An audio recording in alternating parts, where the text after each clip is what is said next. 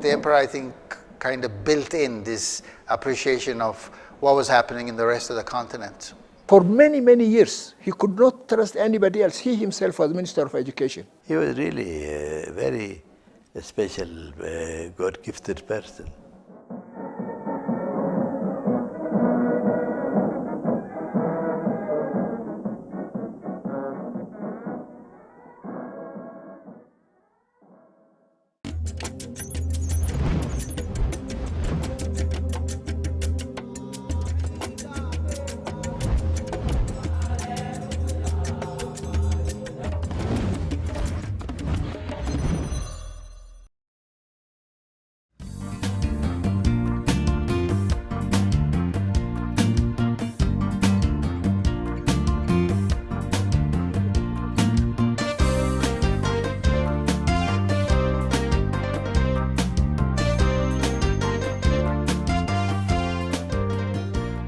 The story of Ethiopia's great monarch,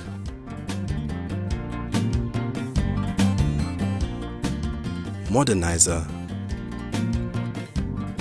and tragic hero Haile Selassie starts in the 1,000-year-old city of Harar.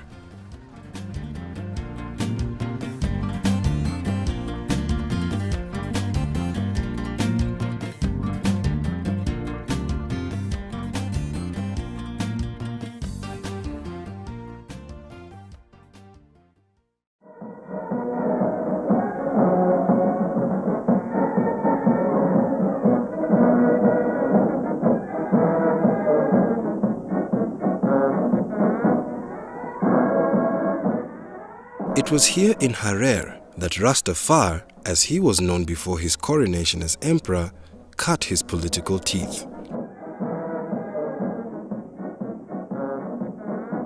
It also serves as a strong symbol of the difference between the ancient but primitive feudal society he grew up in and the modern nation he wanted to build. As a UNESCO World Heritage Site, Harar cannot construct new buildings within the old city's walls. But new buildings do go up outside the old city, and technology creeps in from all directions. So the coming year is holy war. Hopeful, no war, no problems. Jeff Pierce is a Canadian author who has spent 10 years working on a book about the country's war with Italy. In his decade of research, he has interviewed some of the top experts on Ethiopian history. Emperor Haile Selassie, of course, he had a special connection to Harar, and he invested in coffee plantations. He was very shrewd financially, but he was also very politically astute. These were the rules of King Haile Selassie. So these are medals which are gotten from different countries. Hailu Gasho is a tour guide who has taught himself 4 languages and shows visitors around Haile Selassie's honeymoon palace in Harar.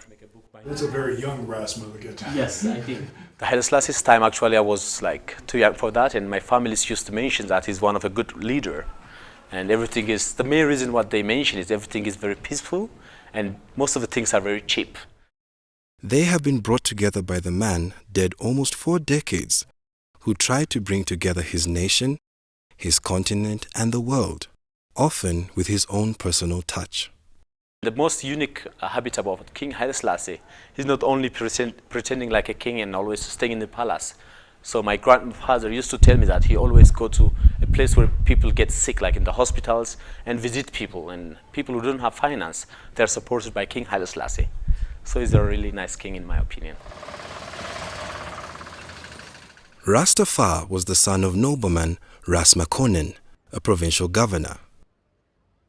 He was also an Ethiopian hero for fighting off invading Italians in the late 1800s. Ras Makonnen is buried in this Harar church in a place of honor.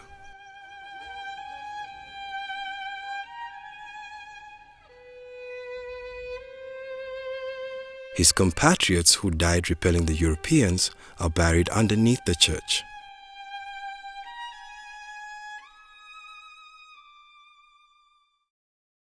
His father decided to educate young Rastafari with tutors of different specialities, one an Ethiopian monk and the other a Mexican surgeon.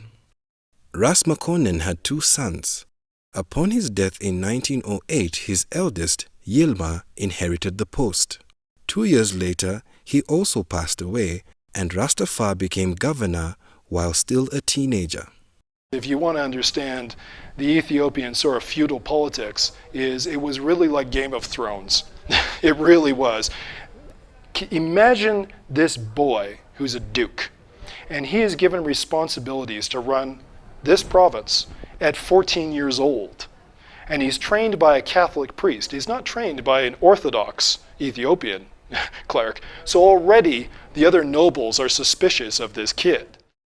At 24, he was appointed regent by Empress Zewditu, who used the young man to solidify her own hold on power due to his influential family. This made Rastafari heir to the throne, but he would have to survive some challenges to become emperor.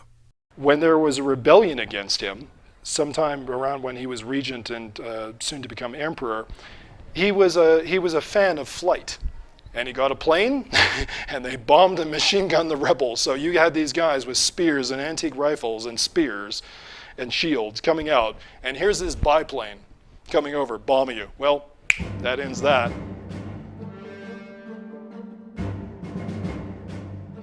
Eventually, the empress passed on, and it was time for him to take the throne. This moved him from Harar through the Ethiopian countryside to the new capital of Addis Ababa. At that time, we couldn't assume the buildings. There are huts, different kinds of huts, and a very big house, maybe one commander of the army. The other low-level commanders, they built their huts around his home, around 11,000 people in Addis Ababa. And there is no road, you see. Nobody can assume that. Therefore, when Haile Selassie came to the power, very big buildings were churches.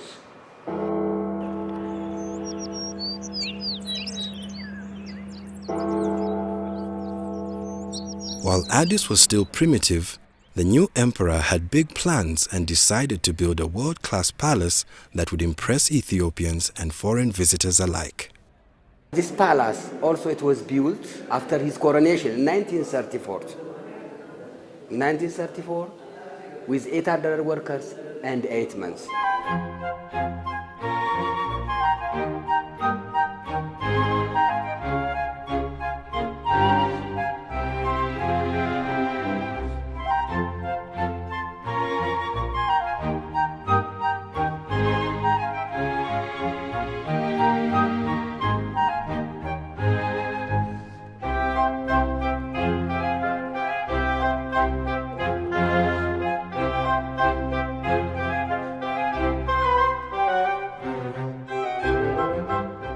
His palace is now part of a museum on the ground of the country's first university, which he himself founded.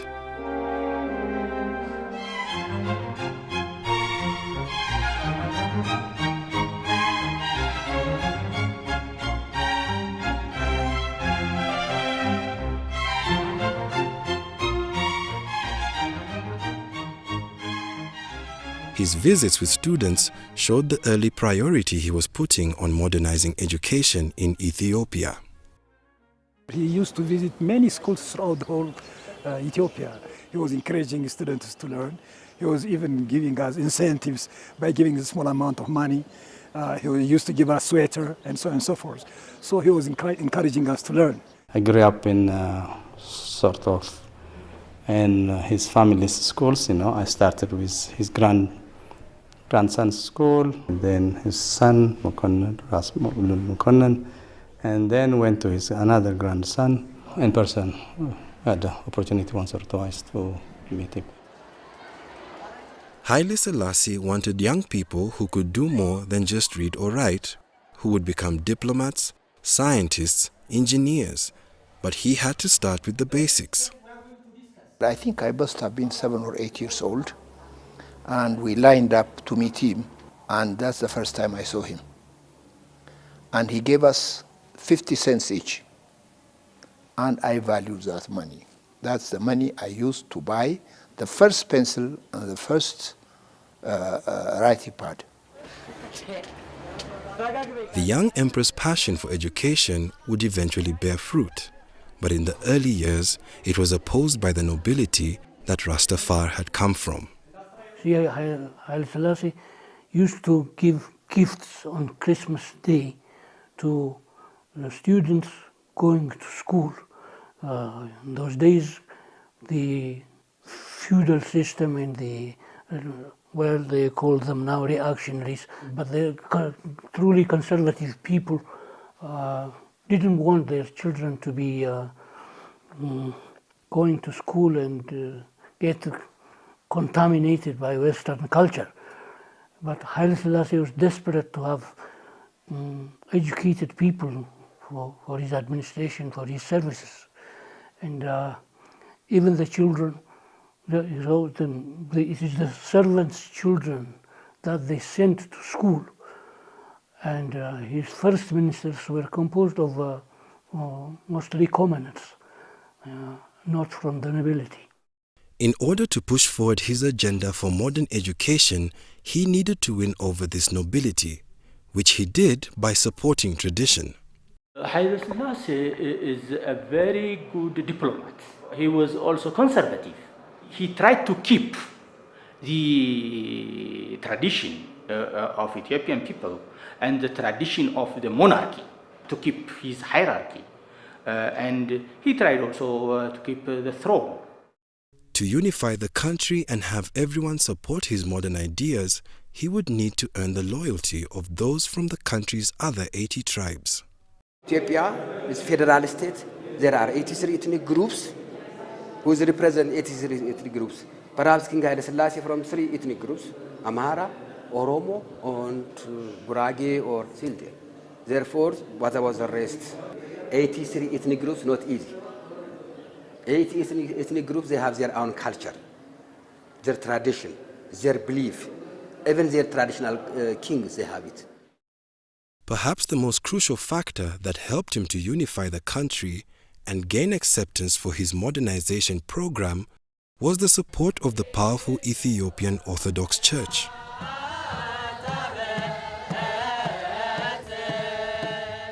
Upon his coronation, he was renamed Haile Selassie, in the Amharic language, Power of the Trinity. As emperor, he became the head of the Orthodox Church, and by tradition had the religious right to rule. Before 1974, just the state and the religion, it was linked. Who coronated King Haile Selassie? By the church. That's why I said it. The churches, because the churches, it was belonging to for the king. He's more dominant. You cannot separate the churches and the kings. And also they have a power. Even also 1/3 of the land, it was belonging to for the churches. Of course, for us, we think he's like God, and he himself did not give us that coin, by the way. It's Abbahanna, his treasurer, who goes out and hands coin, and our eyes are with him. A very short fellow, walking, and that's it. You can imagine at that age, we thought God was on earth. While he was promoting an agenda based on logic and progressive ideas, legend was a powerful tool of the church. It claims a biblical relationship between its monarch and the famous Jewish leader and legendary wise man, King Solomon. The Ethiopian royal line, so Haile Selassie himself, is said to descend directly from the Queen of Sheba. For one, it's very difficult to justify that Haile Selassie was a direct descendant of Emperor Selassie and Queen Sheba and King Solomon. But we simply took it for granted, for we love and respect Emperor Haile Selassie. It was before Christ, 955 BC. And while she was traveled to Israel, and she was a beautiful woman, and she was asleep with him. While she came to Ethiopia, she was pregnant and born Milik first after 9 months and 5 days. While Haile Selassie disavowed the legend to educated friends and foreigners, it was part of the powerful hold he had over the common people.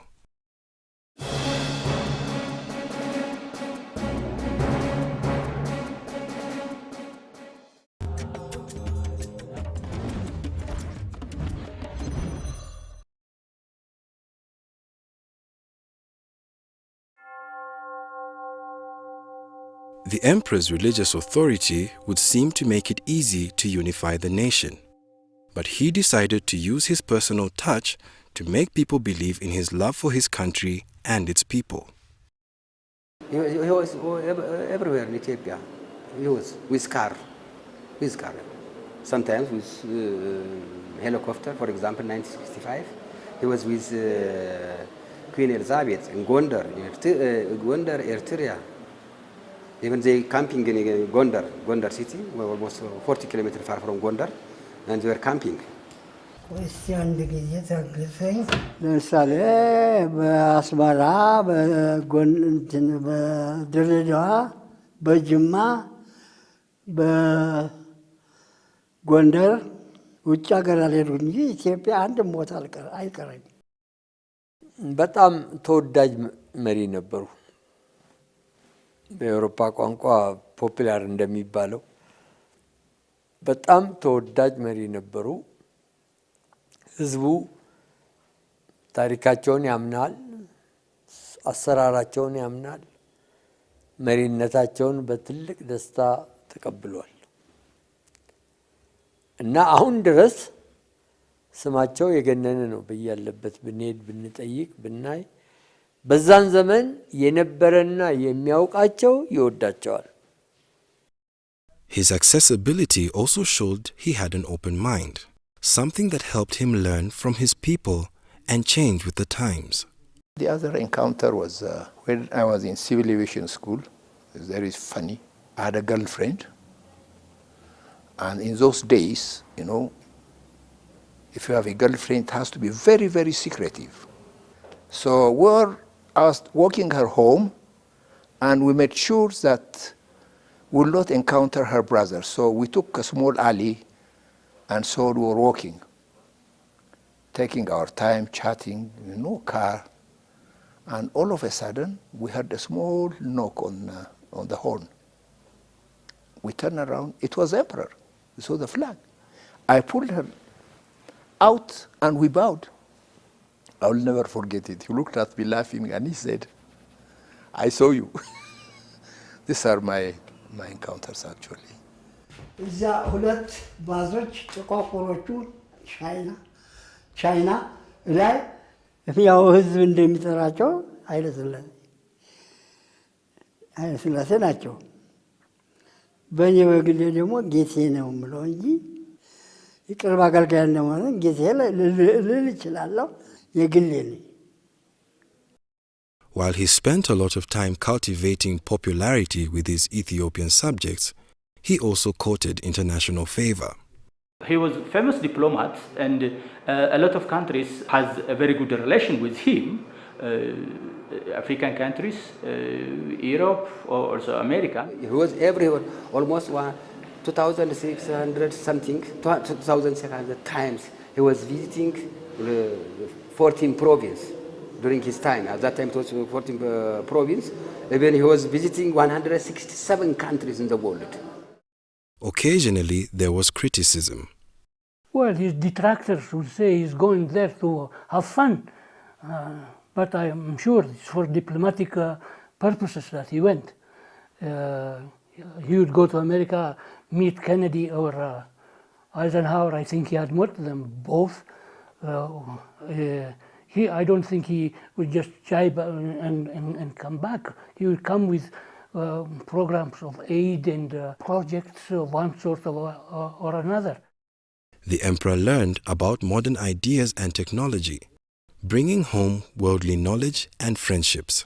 ሀገር የሚሄዱት ጃንሆይ አንዱም ለሀገሪቱ ወዳጅ ለማፍራት በኢንተርናሽናል ጉዳይ ላይ ተባብሮ ለመስራት ሲሆን ሁለተኛው ደግሞ ኢትዮጵያን በይበልጥ ለማስተዋወቅ ነው።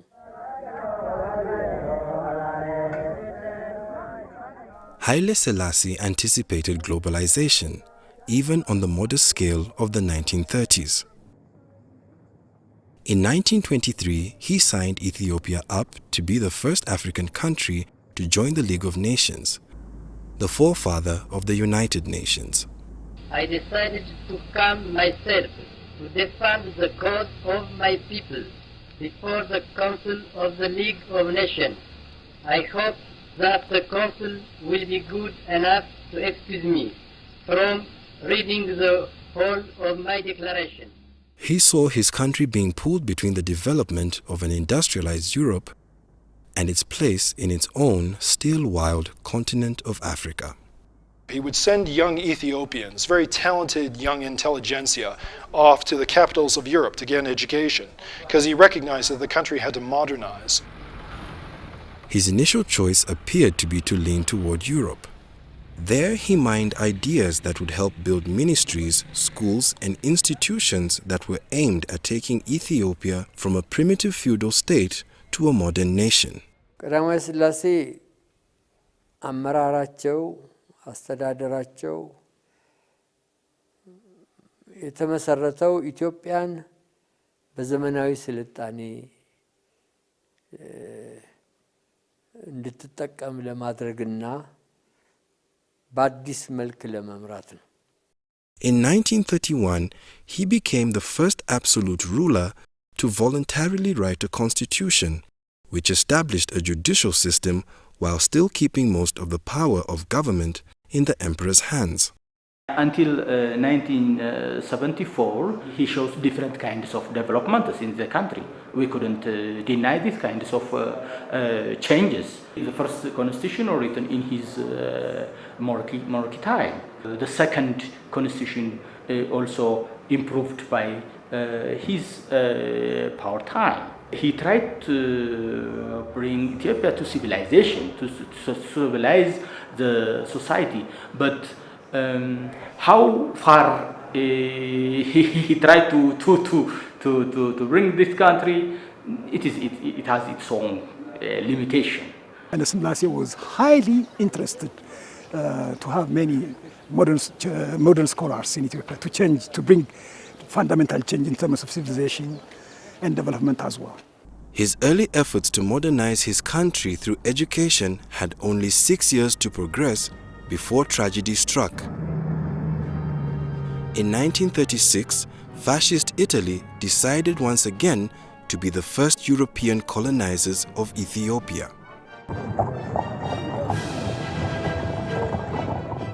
The entire world was fascinated by this war. It was on the New York Times, it was in the London Times.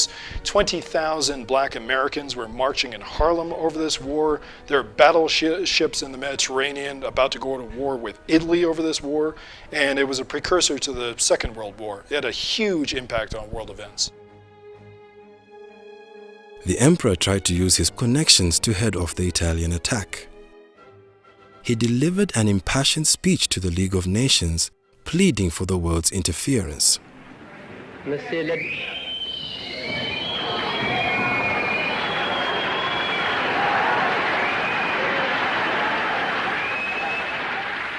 jeers of fascists in the gallery did not stop him.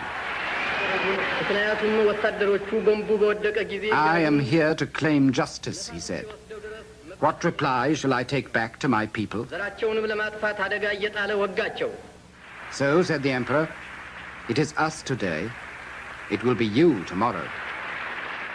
ቀዳማዊ ሥላሴ በዚያ ቦታ ሄደው ራሳቸው የኢትዮጵያ ሕዝብ ከሕግ ውጪ በጥጋበኛ ዲክታተር ምን ያህል ግፍ እንደተፈጸመበት በሚገባ አስረድተዋል።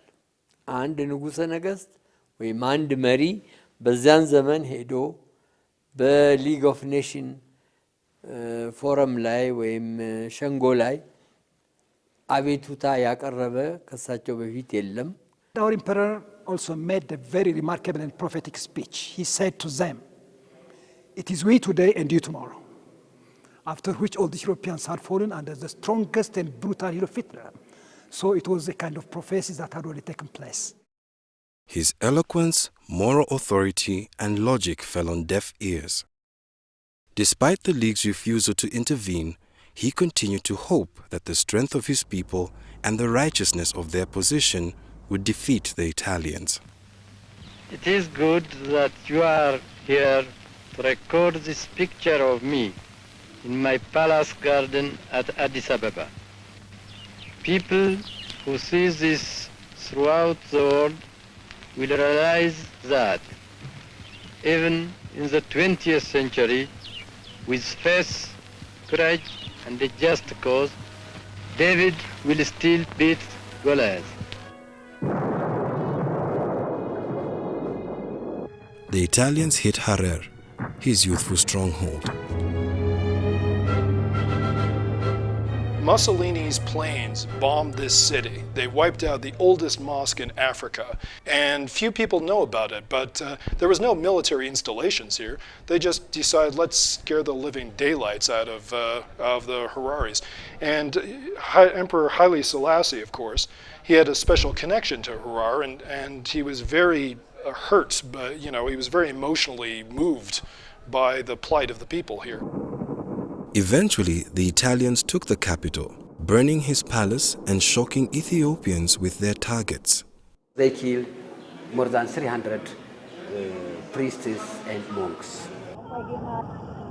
It retarded the country. The Italians under Mussolini massacred an entire generation that could have led this country into the 20th and 21st century.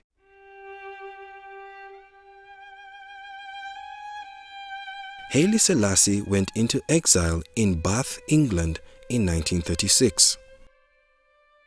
He nearly died there practically of pneumonia and sickness because it was so cold, he wasn't used to the climate. He came back here, and I believe it affected his character deeply, that he was never going to give up control and never going to divest control to other people.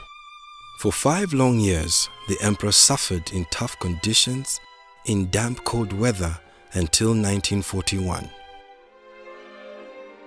Once the Italians were chased out by Ethiopian freedom fighters operating from the countryside, he was welcomed home to reclaim his throne and once again try to unite and modernize Ethiopia.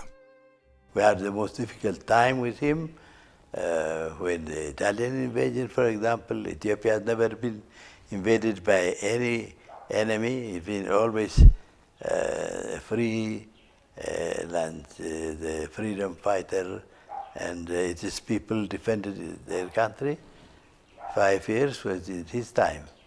And he was lucky enough to actually regain the freedom and helped many of the African nations to get their freedom too. And so he was really a very special, God-gifted person.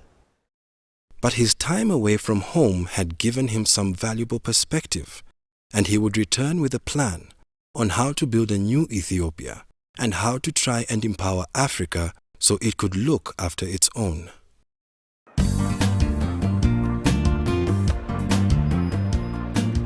The pillars he would build his modern Ethiopia on would be people, educators, cultural heroes, diplomats, engineers and mechanics, and even pilots. To try and connect Africans, he would build an airline and use his wisdom, charm, and diplomatic experience to move Africa forward toward an era of independence and unity.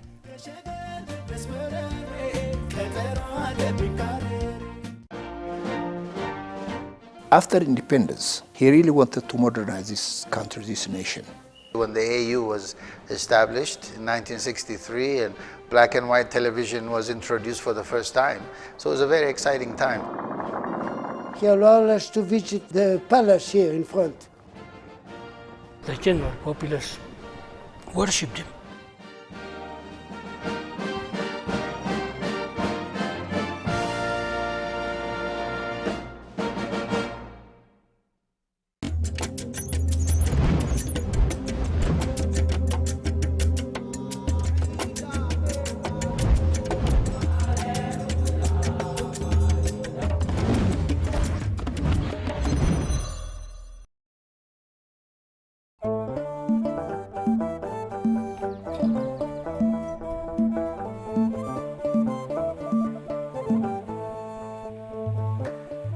Haile Selassie's drive to modernize Ethiopia restarted with urgency after the Italian occupation ended and he was back in Addis Ababa.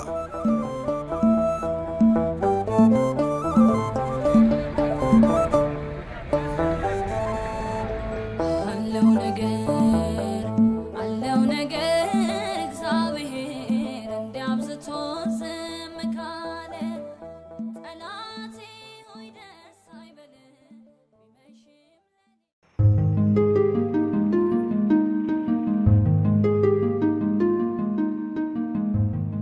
emperor's first order of business was to create an educated class of young people who could power his country forward with their intelligence and ability to adapt to new ideas in a rapidly developing world.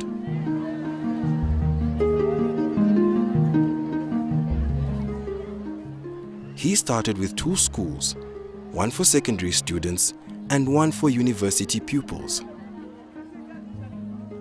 He made education his priority. As a matter of fact, for many, many years, he could not trust anybody else. He himself was Minister of Education. For many years. He took it in, I tell you, this is why he used to come in every boarding school. He was like our father, bring fruits and so on. እና በትምህርት በኩል በተለይም ራሳቸው ከ20 ዓመታት በላይ የትምህርት ሚኒስትርነቱን ስልጣን ይዘው አገሩን ይመሩ ስለነበረ ትምህርት ሚኒስቴርን ይመሩ ስለነበረ ብዙ የትምህርት ወጣቶች አፍርተዋል። Today there are hundreds of secondary schools throughout the nation and over 150 colleges or universities.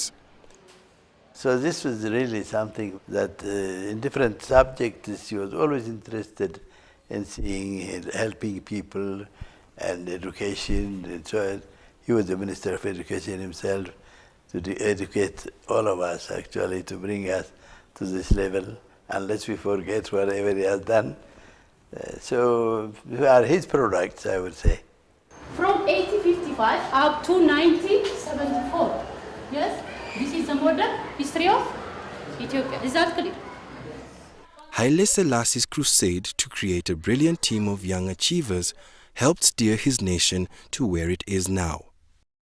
Modern education is his legacy. The other thing is that not just education, but excellence in education. He quickly grew local educators to replace foreigners. And here was a place to start his Pan-African leadership. In 1958, he invited 200 African students to Ethiopia to study at Haile Selassie University, now called Addis Ababa University. He wished to transfer his dream of modern education to the rest of Africa, but he also saw the need to engage others to promote Ethiopia's role on the continent. By bringing European diplomats, scholars and tourists to Ethiopia, he also saw a way to increase his countrymen's exposure to new ideas and develop international trade partners. But he needed to make sure they appreciated his nation. This is your first ambassador in Ethiopia. So he turned to some of the young Ethiopians he was building his contemporary society on, including Haile Selassie Tafese. Oh, I could see him any day. He was very kind with me. The emperor sent him off to Germany on Ethiopian Airlines' first flight there. He came back with some ideas on tourism. That was the first inaugural flight, Ethiopian Airlines to Frankfurt. Big deal. And in the process, the Germans were talking about tourism. The emperor instructed him to get a tourism operation going. The emperor called me. He said, you have to do this job. I said, Your Majesty, I know nothing about this job. He told me, try. That reward I remember. Try. It's like an order. Camouflaged order. So I said, okay. Haile Selassie was always helpful in the efforts to impress foreigners, dignitaries, or ordinary tourists. If I go there, I tell him I have tourists. He said, bring them. I bring 10, 50, 30 tourists to him. He orders champagne. He orders tej. He gives them to drink. They take a picture together, take a picture with the same lion, and visit. He allowed us to visit the palace here in front. Tourists went, took pictures, went around, look around, even his bedroom. After a few years of bringing in groups of foreigners and shooting photos all over the country,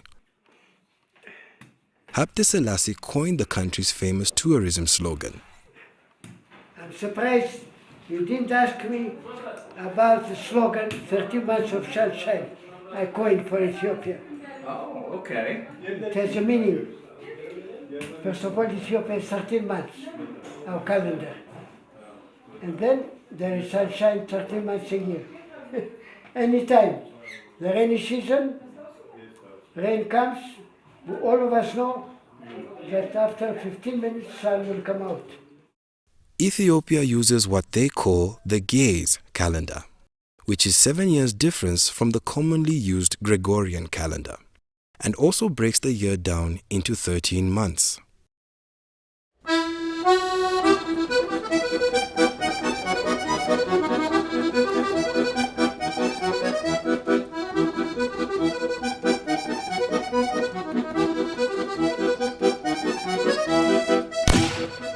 Another area that enjoyed the emperor's personal touch was culture, and in particular, theater.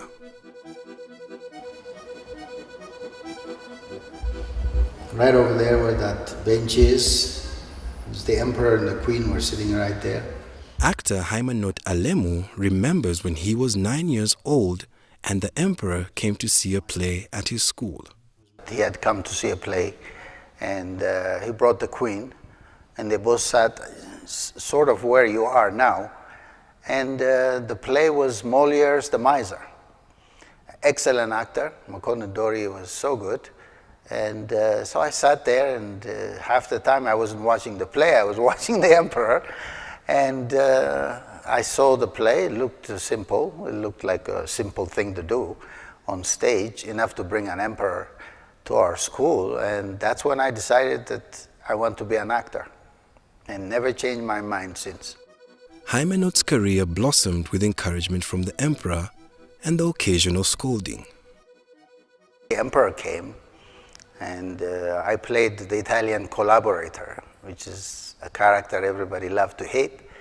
And I have a very bad monologue where I really slam Ethiopia and Ethiopians, and he walked out of the theater and went to the palace.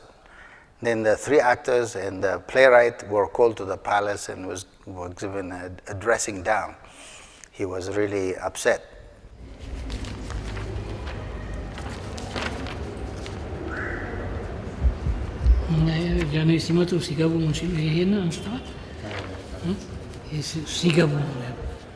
Tesfaye Gassese was also fortunate to have the emperor take notice of him. He was training to be a lawyer when Haile Selassie caught him performing. I was nervous when he came, but still I guess I was good enough to convince him it was a good performance. Called me in the morning to his palace, gave me his watch, asked me what my plans were. I said I'm going to go and study law. He said, I asked the minister beside him, how many students are going to study law? I think he answered 12. 12?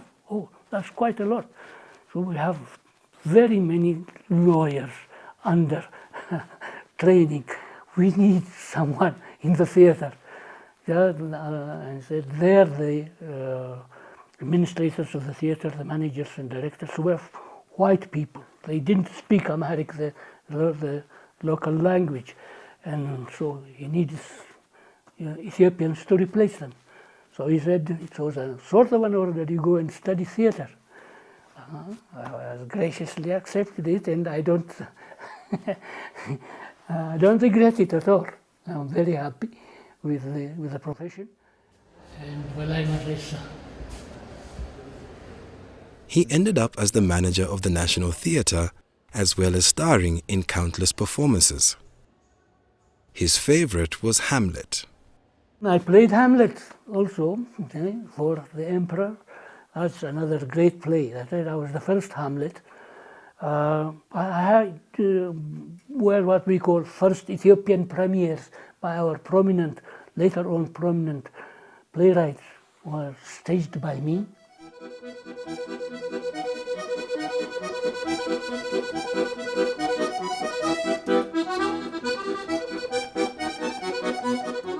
Haile Selassie stayed interested in Ethiopian theatre throughout his life.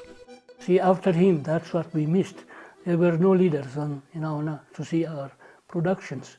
But he did attend comedies or historical plays or tragedies. He did. And even before the Italian invasion and the establishment of proper theaters in the country, he used to invite people who wrote dialogues or pieces of theater to his palace for when his children got married, or from wedding parties and things like that. And he gave prizes to the writers and to the actors. So he was a great benefactor of the arts, a patron of the theater and the arts. Despite his pressing duties as head of state, his personal touch was always felt. The general populace worshipped him. And so you can imagine him coming here and we small actors being honored by his presence. He usually also stayed late after the show and shook hands with us and said, well, good, and left.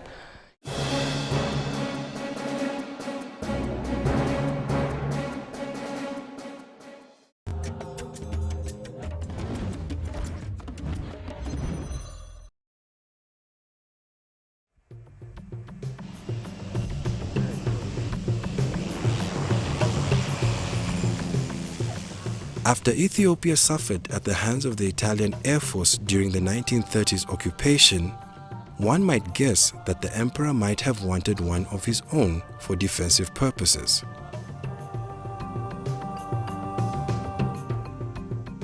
But he started Ethiopian Airlines for different reasons. Number one was to connect his own country, which has very difficult terrain to cross. See, this is where I really caught the emperor's wisdom. After independence, he really wanted to modernize this country, this nation. And all the provinces were far apart. And he knew the only way to connect these provinces would not be possible by road because of the mountains and the terrain, it would be damn expensive. So he chose airplanes, and that succeeded.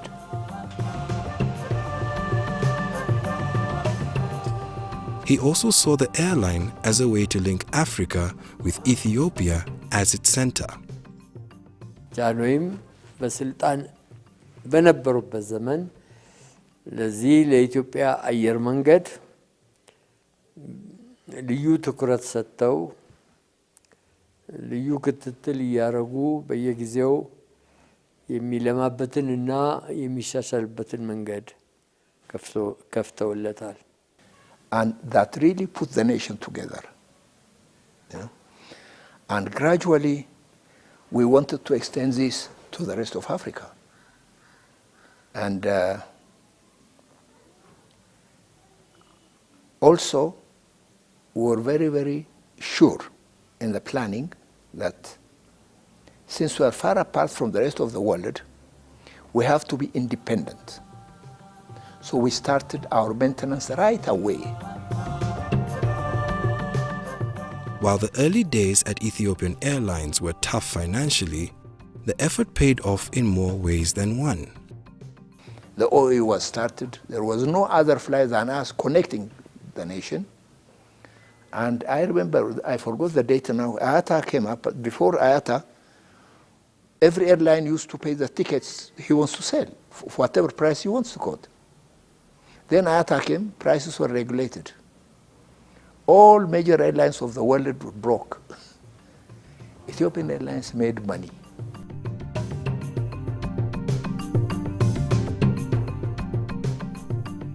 In 2012, the company made a profit of $42 million.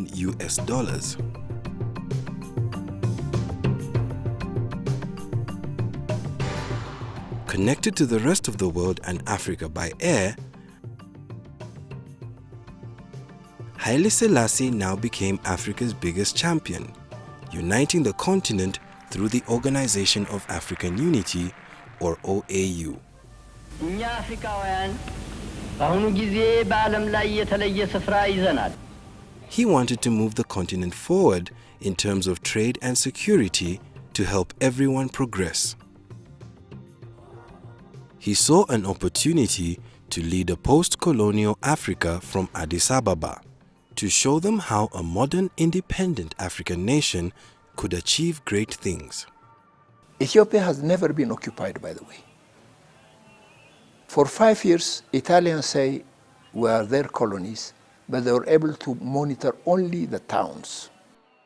All the other countryside was controlled by the freedom fighters, Arbenyot you call them. And because of that, because our independence for centuries, we felt responsible to lead the rest of Africans, to come to that standard. Because they are new. They do not have actually governments like us in history. There were 33 leaders of the African nations, which are united for the first time. And this was his luck. And he's regarded as the father of the other African nations as well.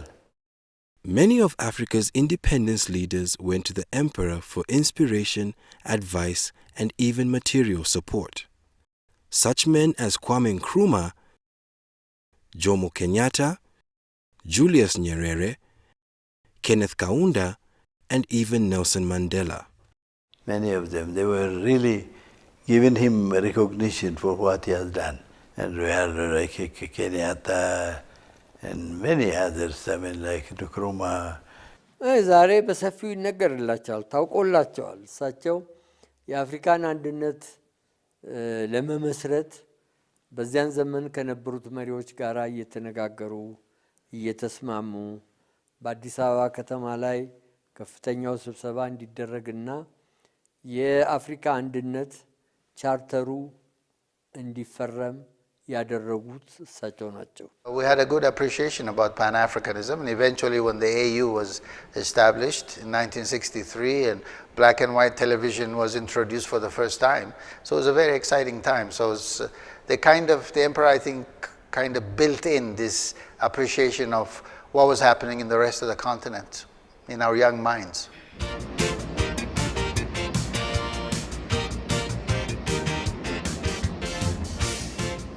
The OAU found a home in Addis Ababa, in part because Ethiopian Airlines could bring Africa's new leaders together here.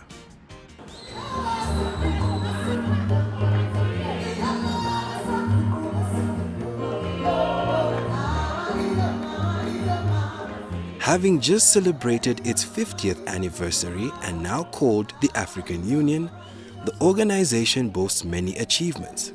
Achievements that would make the emperor proud. They include ending white minority rule in southern African nations, helping to create a new nation in South Sudan, and promoting stability in Somalia. Haile Selassie took a personal interest in promoting peace between African neighbors.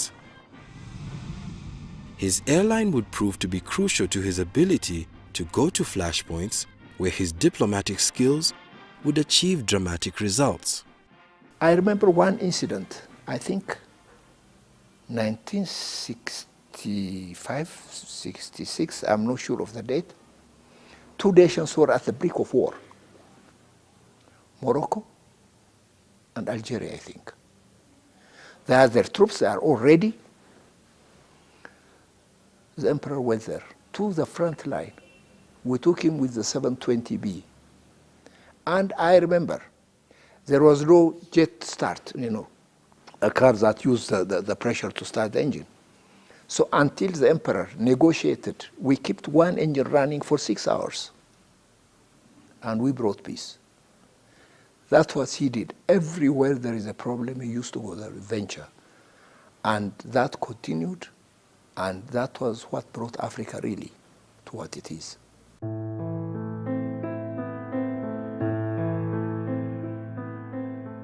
His jetting off to solve other people's problems didn't keep him from paying attention to his own family. With 6 children from his wife, Queen Menen, Haile Selassie had a large family to be concerned about. He wrote about how he handled his families, how he related with his wife, and their different social advice. Based on that advice, he wrote to his son. This is my dear wife with Anos, with her grandfather, Majesty Haile Selassie. Various family members held positions in provincial governments, such as his grandson-in-law, Prince Mengesha Seyum. He was a far-sighted person, and it was very easy for him to understand us whenever we brought problems. Of course, as a minister, I was one who was very near to His Majesty.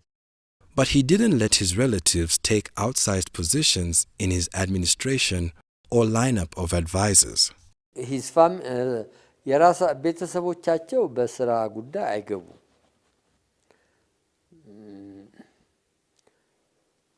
አንዳንድ ስራ ላይ የተካፈሉ ይኖራሉ። ነገር ግን እኔ ጃኖይ ዘመን ነኝ፣ እኔ ጃኖይ ልጅ ቤተሰብ ነኝ ብሎ በአንዳንድ ሀገሮች እንደታየው ስልጣን አልታየም። He was worried about his wife's health, but as far as I know from that letter, their relation was very good.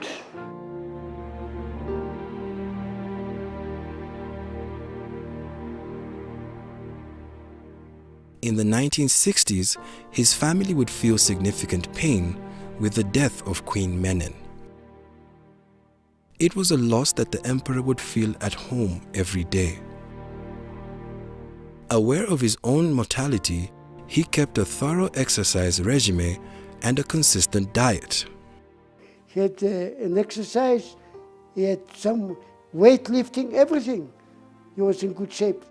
ጠዋትም ያው ልክ 2 ሰዓት ይነሳሉ፣ ቁርስ ይቀምሳሉ፣ ጁስ ጧት ጭማቂ ጁስ ይወስዳሉ። በቃ ከዛ ቁርስ በሉ፣ ችንታል ጦስታል ዳቦ ተጠብሳ ያችን ቅጭቅጭ ያደረጉ ቡና ወተጠጡ በቃ። Perhaps at this time he was too focused on building industries and relations with his neighbors.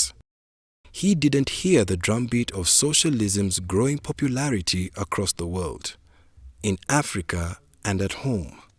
Ethiopia's land titles still largely belonged to the nobility, and students wanted that changed. And a new socialist movement called the Derg eventually seized power and changed the system. Even many of the emperor's supporters were jubilant when land reform was realized. The feudal system controlled all the land, 3,000 gashas, and they're not working on it. Sit here. So we're eager to see that. In fact, there was a demonstration way back, the University College. Meret Larashu was a slogan. Let land go to the tiller. Although I had a lot of land, I lost 3 gashas of land. But I want it gone, because I'm not there, I'm not farming. So when the Derg came and announced that one, me and my brother-in-law, 8 hours we have been jumping around Addis Ababa, being happy, because that was justice. It must have stopped there. But things continued. You know, we're not politicians, we're just, that was the idea, being fair. But the new regime would target the monarchy. We knew that they arrested him. He was somewhere around us, because they kept records there.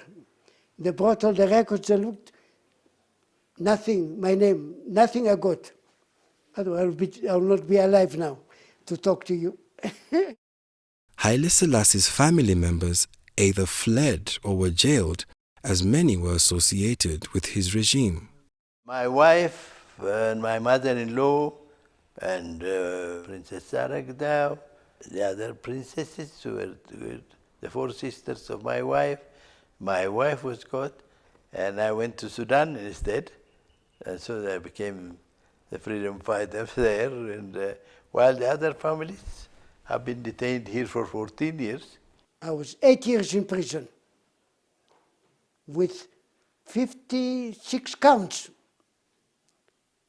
and stayed 8 years there. The first few days, they came in, they said, we'll judge you according to a law.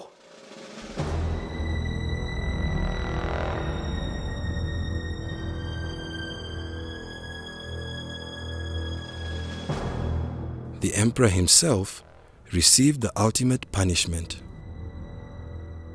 Some used to say he was shot, poisoned, suffocated.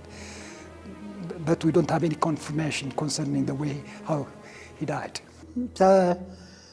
በክብር ተመያዝና በክብር ተመንከባከብ በተቀረ አንድ ቀን እንደ ዝቅተኛ ሰው እንኳ ያዩኝ በክብር የተያዝኩ ሰው ነው።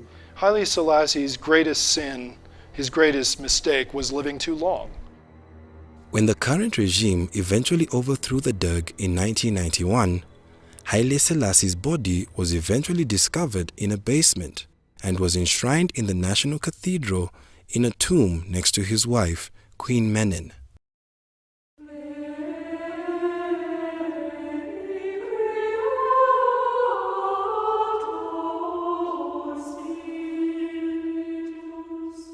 Here we have 2 historical tombs.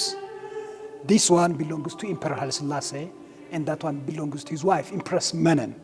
She died of natural cause 50 years ago. Gone but not forgotten, people will continue to look back on the remarkable life of Ethiopia's modern emperor.